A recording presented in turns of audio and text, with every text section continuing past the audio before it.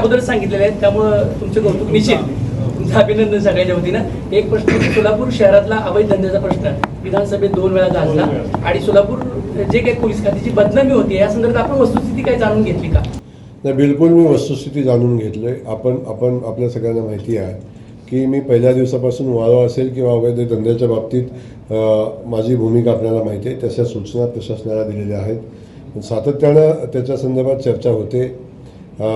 ही चर्चा जिल्ह्याची होऊ नये अशी आपल्या सगळ्यांच्या भावना राहते। शेवटी चांगल्या गोष्टीत जिल्ह्याची चर्चा व्हावी, चुकीच्या गोष्टीत होऊ नये। परंतु मी लवकरच येणाऱ्या 3, 4, 5, 6 दिवसामध्ये CP आणि आमचे SP यांच्यासोबत एक बैठक करेन आणि त्या बैठकीमध्ये या संदर्भातल्या ज्या माझ्याकडे आलेले इनपुट्स आहेत आणि बाकी ज्या काय कारवाई करायला लागतील त्या संदर्भात नक्की भूमिका घेऊ।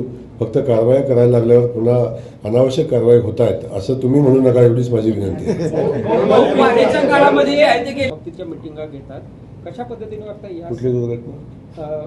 मोशीमध्ये तिथे दुर्घटना झालेली आहे, त्यात अजूनही कामगार अडकलेले आहेत। मात्र त्या ठिकाणी जाण्यापेक्षा मुख्यमंत्री पंचतारांकित हॉटेलमध्ये बसून बैठका घेत आहेत, त्या संदर्भात अशी टीका केली हर्षवर्धन साहेब। ज्यांना टीका केली ते कचरा डेपोवर जाऊन कचरा काढण्याचं काम करतायत का?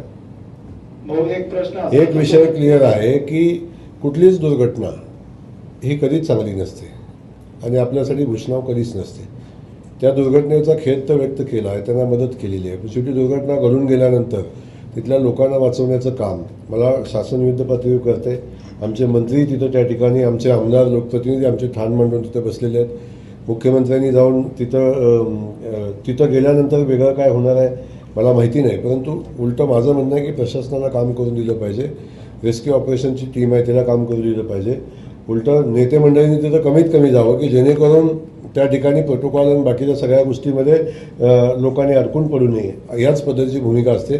मुख्यमंत्री महोदय अख्ख्या राज्यातल्या सगळ्या स्थितीवर वॉररूममधनं सातत्यानं लक्ष देत असतात। आता आपण बघितलं असेल, जेव्हा अतिवृष्टी झाली मागच्या 5-7 दिवसापूर्वी, तेव्हा मुख्यमंत्री स्वतः 2-2, 3-3 तास वॉररूममध्ये बसून सगळ्या गोष्टीचा आढावा घेत होते आणि सगळ्या ठिकाणी कशी मदत करता येईल अशा पद्धतीचा प्रयत्न करत होते। त्यामुळं मुख्यमंत्री महोदयांनी कसं काम करावं हे बिनकामाच्या माणसाकडून ऐकण्याची आवश्यकता नाही।